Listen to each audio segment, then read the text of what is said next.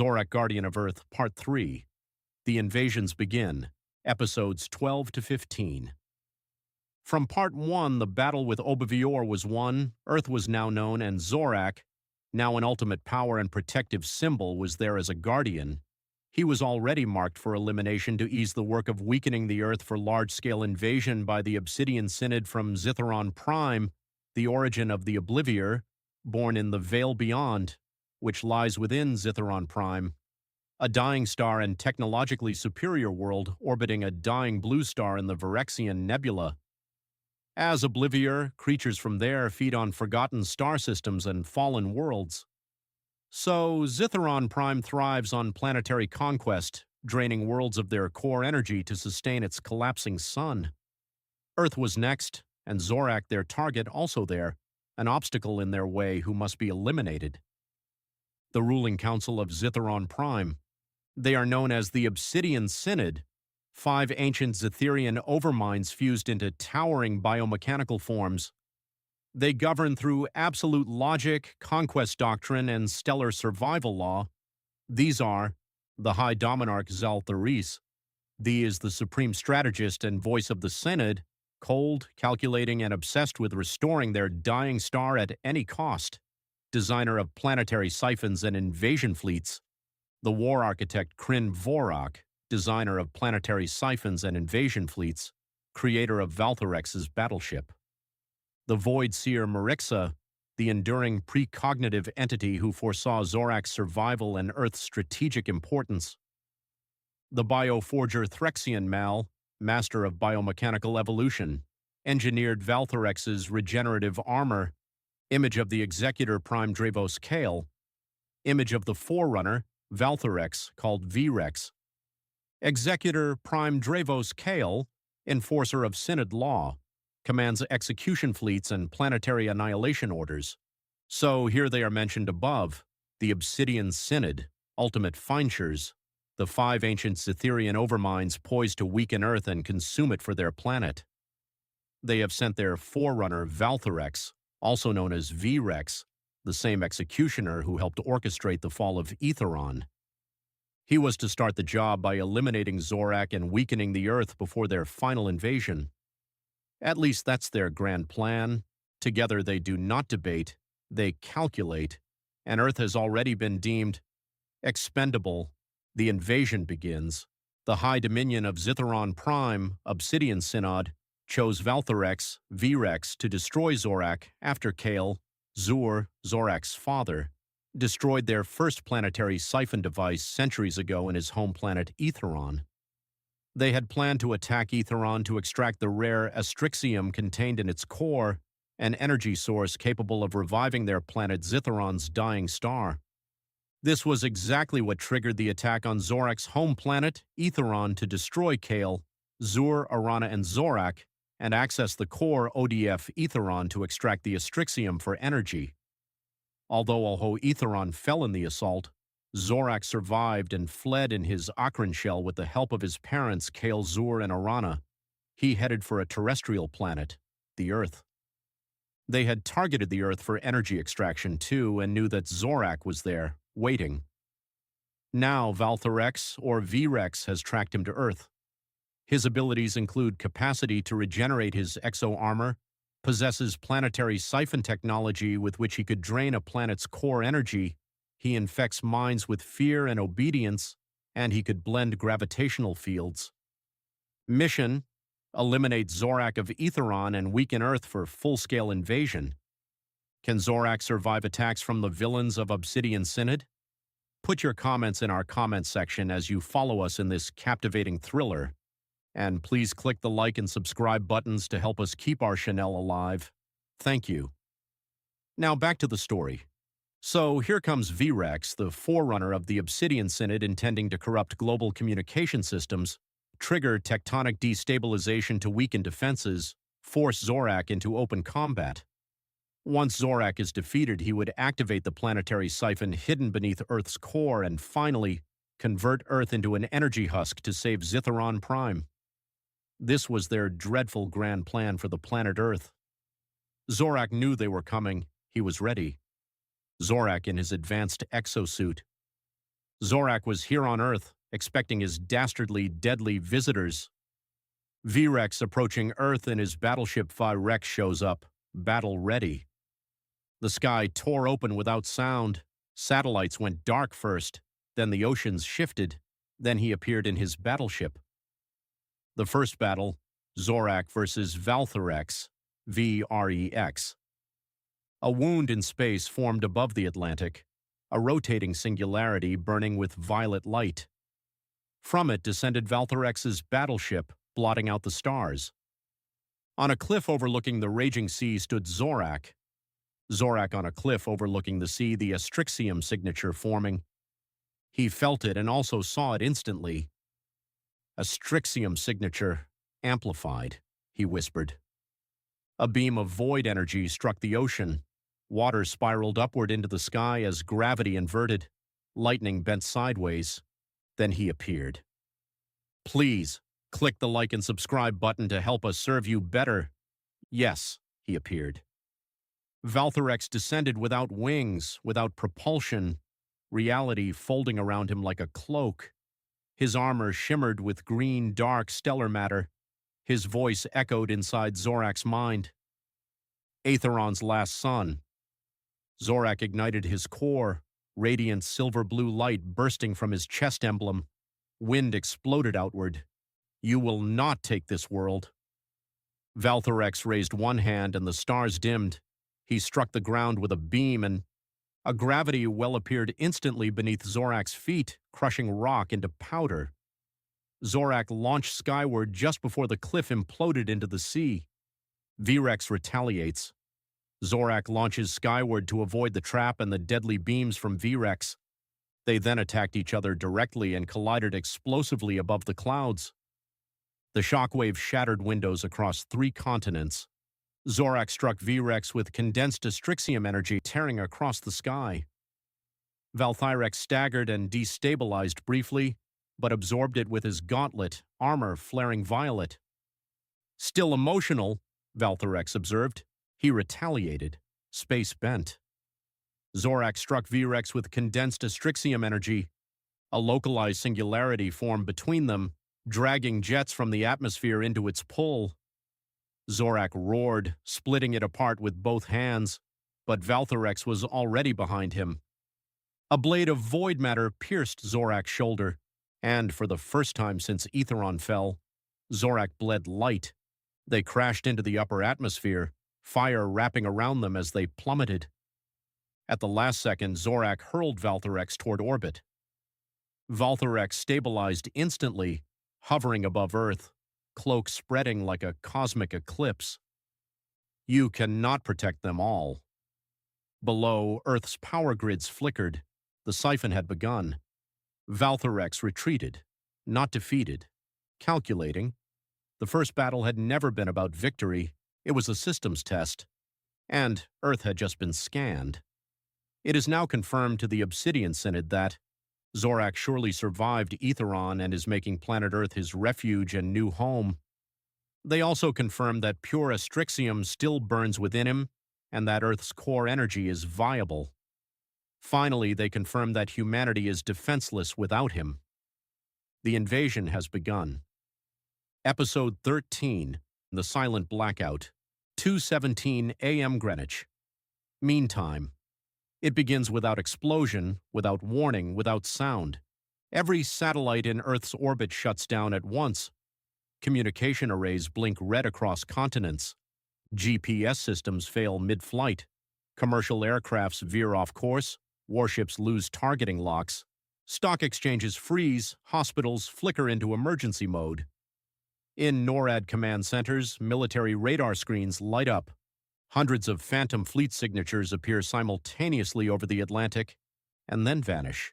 The first anomaly. Along the coasts of Portugal, Brazil, Alaska, and the eastern United States. The tide does something impossible. The ocean rises, not as a wave, surge, or tsunami, but vertically in columns. Seawater columns spiral upward like transparent pillars reaching into the sky, twisting against gravity itself. Fishing vessels are lifted like leaves. Seagulls freeze mid-air, trapped in invisible pressure wells. seawater rising vertically in columns capsizing ship and boats. On the moon, for exactly 1.8 seconds, a vast violet sigil burns across its surface, forming a rotating geometric mark, the emblem of the Obsidian Synod. Then it vanishes. The message is clear. We are already here. Zorak feels it. High above the Atlantic stormfront, Zorak hovers, scanning, and his astrixium core pulses irregularly. He closes his eyes, realizes he does not need to search the sky. He searches below, and that is when he feels it. Microscopic energy spikes along the mid-Atlantic ridge. Thousands of them, hidden, dormant, synchronizing. The disclosure. Immediately, Zorak dives into the ocean at hypersonic speed. At about 5 miles beneath the surface, in crushing darkness, he lands along a tectonic seam. His hands press against the rock, blue light floods outward, and the rock opens up. Embedded within the mantle are microscopic biomechanical filaments, thinner than human hair, threading through fault lines like a planetary nervous system. Siphon anchors. So these have been planted during his first battle with Valthyrex. While Zorak fought Valthyrex in the sky, the Earth was already being seeded. Each anchor hums at a synchronized frequency, but they are not active yet. They are aligning. System breach. Suddenly, the water around him turns black, not from darkness, but from movement. Dozens of Void Warden drones phase into existence, sleek biomechanical constructs with serrated limbs and hollow cores glowing green. Void Warden drones appear to Zorak under the sea. Their surfaces ripple like liquid metal. They do not swim. They simply ignore physics and phase through matter. The ocean floor battle. A drone plunges, passes through Zorak's shoulder armor. His HUD flickers violently, and his astrixium energy destabilizes. Zorak realizes that these drones aren't striking physically. They are systematically corrupting energy signatures on contact with him. D-Warden drones. Zorak ignites a pulse wave and deploys it. 3 of the Warden drones shatter, but their fragments reassemble mid-water. They adapt. One drone emits a harmonic distortion that matches Zorak's astrixium frequency exactly. His energy beam glances off harmlessly. He realized that the Void Warden drones are not just attacking him, they are analyzing him while fighting him. With this awareness, Zorak shifts tactics. He stops firing energy. Instead, he increases core rotation speed, and the water around him begins to superheat. With this, he creates a localized pressure implosion, then collapses it inward. The shockwave crushes the drones before they cold phase again. Metallic husks sink into the trench and silence returns, but only for 3 seconds. Then Zorak notices something chilling. The drones were not targeting him directly. They were moving in precise geometric patterns, scanning, triangulating, and mapping. The drones were not attacking randomly. They were flying in precise geometric formations to scan, triangulate, and map specific locations deep within Earth's crust. And when Zorak projected a planetary overlay of their movement patterns, he discovered that their paths aligned exactly with major global tectonic stress zones, including the San Andreas Fault, the Pacific Ring of Fire, the Himalayan Fracture Line, and the Mid-Atlantic Ridge, revealing that they were measuring pressure thresholds and calculating how much strain each fault line could withstand before breaking, which means this is not a conventional military invasion but a geological one. Instead of bombing cities, the Obsidian Synod plans to destabilize Earth's crust, deliberately trigger controlled worldwide seismic chain reactions, and weaken the planet's core so it can be harvested for energy extraction.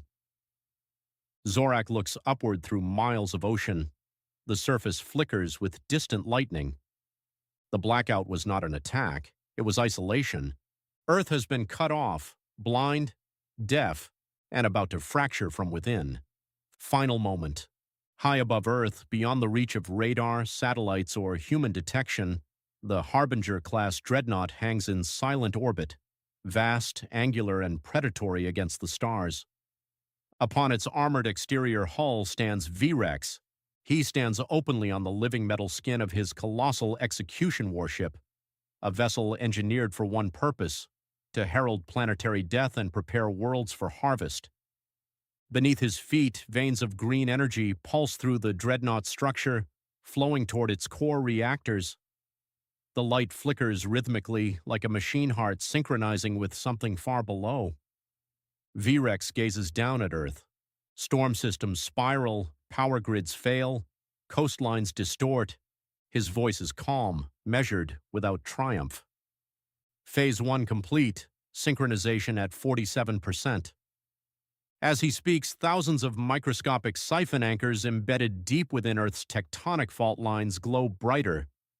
Across the San Andreas Fault, along the Ring of Fire, beneath the Mid-Atlantic Ridge, dormant filaments begin aligning in harmonic resonance. The planet itself is being tuned, not attacked, prepared. Far below the ocean's surface, Zorak rockets upward through crushing depths, breaking through water and storm in a surge of blue-white energy. For the first time since the invasion began, he is not responding to an enemy strike. Zorak realizes that the war is no longer in the sky, it is beneath his feet. For a fraction of a second, the vast violet sigil of the Obsidian Synod flickers across its surface once more, but weaker now, almost translucent. But the message lingers. The invasion is proceeding exactly on schedule, and the moon is watching. Next, Episode 14, Fracture Line. Episode 14, Fracture Line. Earth's core _ deep core siphon tower beneath the Mariana Trench? Global disaster. The first tremor hit without warning. It began as a shiver beneath the Pacific, a subtle vibration along the tectonic seams that stitched continents to ocean floor. Then the planet screamed. Across the Pacific Ring of Fire, volcanoes erupted in violent chorus. In Indonesia, ash plumes swallowed daylight. In Chile, entire coastlines lurched and split. Tsunami sirens wailed from Japan to California as the sea convulsed. Moments later, shockwaves rippled through the mid-Atlantic ridge. The Atlantic floor tore open in jagged ruptures, geysers of superheated steam blasting skyward. Ships were swallowed by sudden whirlpools as the ocean briefly seemed to fold into itself. In the Himalayas, ancient stone cracked. The fault systems beneath Nepal, India, and Tibet fractured in a chain reaction older than civilization. Avalanches roared down mountainsides. Temples trembled. Cities buckled. 3 fault lines. 1 simultaneous detonation. High above the Pacific, the sky bent inward and clouds spiraled into a vortex as gravity twisted like a wrung cloth. From the distortion emerged a colossal silhouette wreathed in violet-black energy. Valthyrex. He hovered over a widening oceanic trench as if standing upon invisible ground. The sea beneath him bulged upward, suspended in defiance of physics. Ships rolled helplessly in midair as gravity reoriented itself around his presence. His voice rippled across the atmosphere. Let the crust fracture, let the mantle stir. The core belongs to the Synod. Then the ocean split. Miles below, beneath the crushing dark of the Mariana Trench, something alien ignited. A structure unfolded from invisibility, spires of obsidian alloy piercing the seabed. Rings of rotating singularity metal locked into alignment. At its center, a column of deep-core extraction beams drilled downward, boring through mantle rock toward the molten heart of Earth. The deep-core siphon tower. It was harvesting the Earth's energy. Zorak felt it before the satellites reported it. He was standing atop a shattered cliff in Hawaii when the first megaquake rolled under his feet. The ocean horizon rippled like liquid glass. His astrixium core flared instinctively, light pulsing through the veins of his armor. 3 global fault systems, perfect triangulation. This isn't random, he murmured. Above him, the sky tore open in miniature distortions. Gravity signatures unmistakable. This must be Valthyrex. Zorak didn't hesitate. He launched skyward, shattering the cliff beneath him with the force of takeoff. Air ionized around his body as he streaked over the Pacific at hypersonic velocity. The ocean beneath him buckled and rose in unnatural waves, drawn toward a gravitational epicenter. Then he saw it. The trench had widened into a wound miles across. At its center, violet energy cascaded downward into darkness.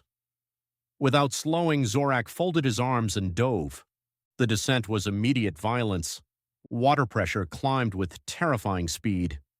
Sunlight vanished, replaced by bioluminescent flickers that scattered in panic at his passing. The temperature dropped, then rose again as he neared tectonic rupture. His astrixium glowed brighter, shielding him from crushing depths. Sonar pulses from the siphon tower reverberated through the water like a mechanical heartbeat. Zorak slammed into an invisible gravitational wall and corrected instantly, twisting his vector. The trench had become a vertical abyss spiraling downward, warped by V-Rex's manipulation. He saw it as far away as 10,000 meters. The tower pierced the seabed like a spear of alien design. Rotating rings generated a localized gravitational vortex that kept molten rock suspended in a widening cavern beneath the crust. The siphon beam had already breached the mantle. Molten stone floated in midair around the structure, glowing rivers of magma held in zero gravity. Lightning-like arcs of core radiation snapped between rock fragments. Zorak saw that the siphon beam had already breached the mantle. V-Rex was there, standing upon a floating slab of basalt. And there, standing upon a floating slab of basalt, was V-Rex.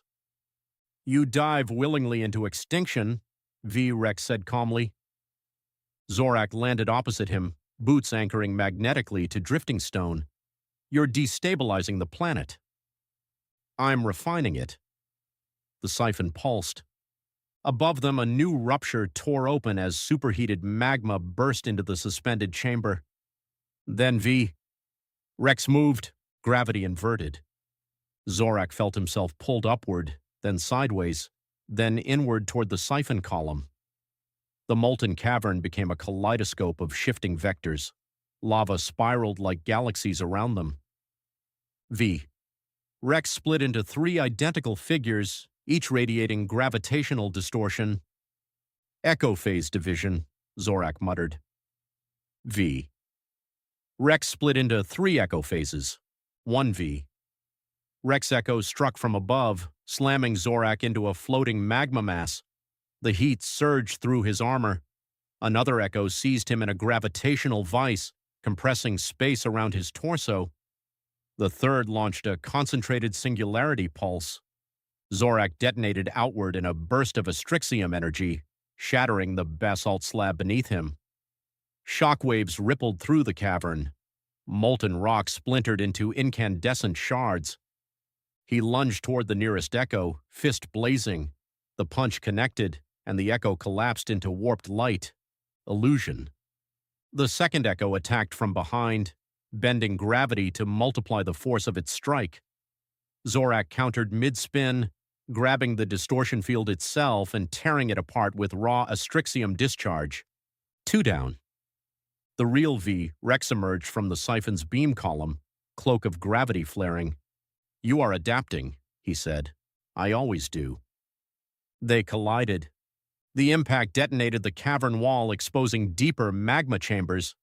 Lava erupted in zero gravity, forming blazing spheres that orbited them like dying suns. V-Rex expanded a gravity inversion wave. Everything reversed. Zorak felt his internal equilibrium rupture as up became down became every direction at once. The siphon beam intensified, siphoning raw thermal and magnetic energy directly from Earth's outer core. The cavern widened violently. Tectonic plates shifted. On the surface, tsunamis doubled in height. Zorak roared, channeling astrixium output to maximum stabilization. He punched through the inversion field, driving straight toward the siphon tower. V-Rex anticipated it. A gravitational echo split off, intercepting Zorak mid-flight.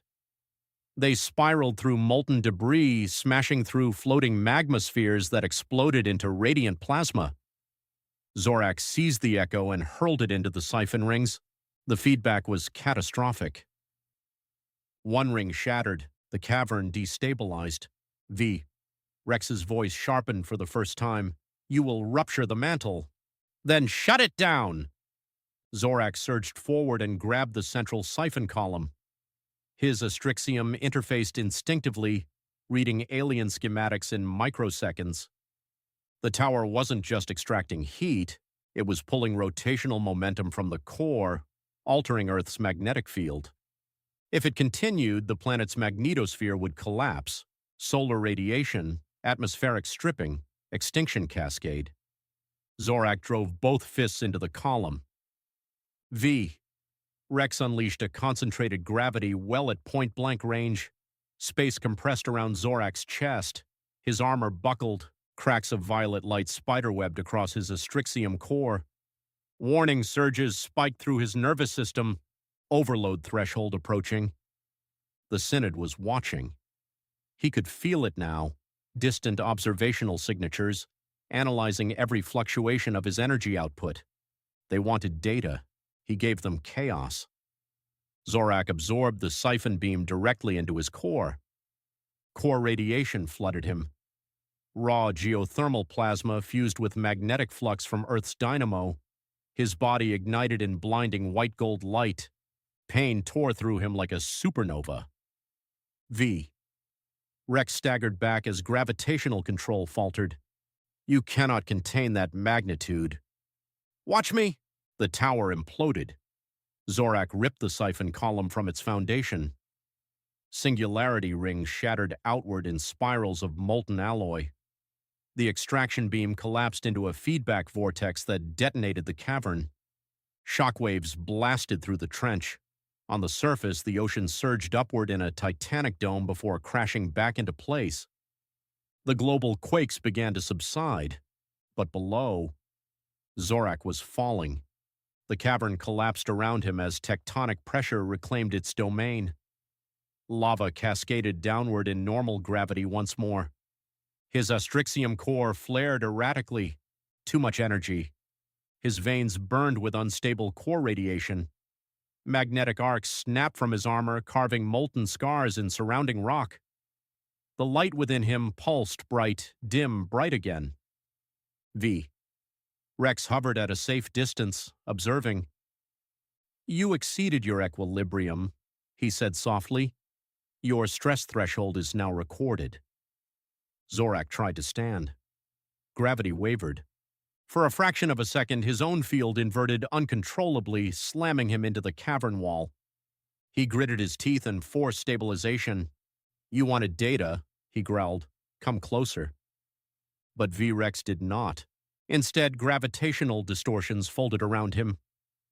The Synod has what it requires, he said, and now we know how to break you. Then he vanished. Zorak rocketed upward through collapsing magma and stone, barely containing the energy storm raging within him. The trench sealed gradually behind him as tectonic forces settled. He burst from the ocean in an explosion of steam and plasma, rising into darkened skies streaked with ash from distant volcanoes. For a moment he hovered. The astrixium in his chest pulsed violently, then flickered. He clenched his fists, trying to regulate the unstable radiation cycling through his system. His power output spiked without command, sending arcs of lightning across the clouds. Zorak trying to regulate the unstable radiation cycling through his system. Not stable, not controlled. The Synod now knew his limits. And worse, his own power was no longer fully his to command. Far beyond Earth's orbit, hidden within a silent observatory vessel, alien figures studied cascading streams of combat telemetry, stress thresholds, radiation absorption limits, overload intervals. One figure spoke. Phase 2 will exploit the fracture. Back above the Pacific, Zorak stared at his trembling hands as astrixium light flickered unpredictably between his fingers. The Earth was saved. For now. But something inside him had cracked along a fault line he could not yet see, and the next rupture would not be beneath the ocean. It would be within him. Episode 15. The Void Seer's Gambit. Far beyond the bleeding edge of human telescopes, in the hollow dark between galaxies, Void Seer Marixa the Enduring watched the timelines collapse like dying stars. Marixa the Enduring. She had predicted this, not Zorak's strength, not Earth's resilience, but doubt. Doubt was the fracture line in every god, and tonight she would split him open with it. Across Earth, sleep became a battlefield where millions dreamt the same dream. Cities reduced to ashes, oceans boiling, the sky split like torn fabric, children crying beneath a blackened sun. They saw Zorak falling. They saw his Astrixium armor shatter. They saw Earth already dead. These visions were not prophecy, they were transmitted. In orbit, Zorak froze mid-flight because he felt it. A low-frequency vibration threading through Earth's magnetic field. A pulse of despair. Then, it hit him. Aetheron. His world burning, his people screaming. The sound of collapsing crystal towers. The sky imploding. The memory was not a memory. It was replaying. Forced, injected into his consciousness mid-battle. Zorak staggered in vacuum, clutching his helm. "No," he growled. The stars around him warped. Earth's magnetosphere began to distort, forming a spiral of auroral fire stretching across half the hemisphere. Satellites shorted out. Power grids flickered. From the swirling lights emerged something vast, something really wrong. A colossal shape coalesced from magnetic plasma and psychic matter, a serpentine leviathan stretching thousands of miles along Earth's field lines. Its body shimmered between existence and thought, its scales made of writhing memories. The neurophage leviathan had arrived. Its eyes opened across continents at once, burning constellations of invasive consciousness. And it spoke, not in sound, but in minds. "You failed them once, the neurophage leviathan." Zorak roared and surged forward, Astrixium blazing gold. He struck. His fist tore through plasma flesh, scattering aurora across the stratosphere. But the leviathan did not bleed. It fractured into thought forms. The battle split reality. Zorak slammed into physical coils of electromagnetic mass high above Earth, trading planet-shaking blows. Each strike detonated solar flares across the night sky. Zorak launches to attack the neurophage leviathan. Simultaneously, he stood inside his own mind. Aetheron burned around him. The neurophage loomed there too, smaller but infinitely closer, whispering. "You watched them die." "I was too late," Zorak snarled. "You will be too late again." In the physical plane, the Leviathan's tail lashed across orbit, smashing a satellite array into debris. Zorak caught the wreckage before it rained downward, but the hesitation cost him. Inside his mindscape, the beast lunged and bit into his shoulder. The beast strikes back, bites into Zorak's shoulder. Pain erupted, not flesh, but memory being devoured. He saw faces fading, names dissolving. The Leviathan fed on trauma, amplifying it, weaponizing it. Hospitals overflowed with synchronized panic attacks. Pilots reported hallucinations mid-flight. Entire cities woke screaming. Zorak's Astrixium armor flickered. For the first time since arriving on Earth, his Astrixium destabilized. The Leviathan laughed. In orbit, its coils tightened around him like magnetic chains.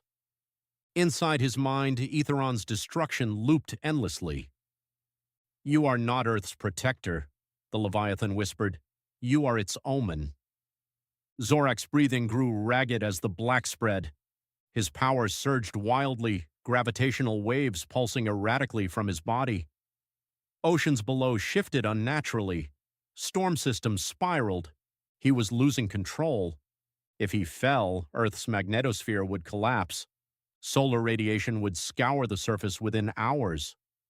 "You are alone," it hissed.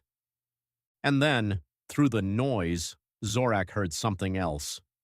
Not terror, not despair, but voices, human voices.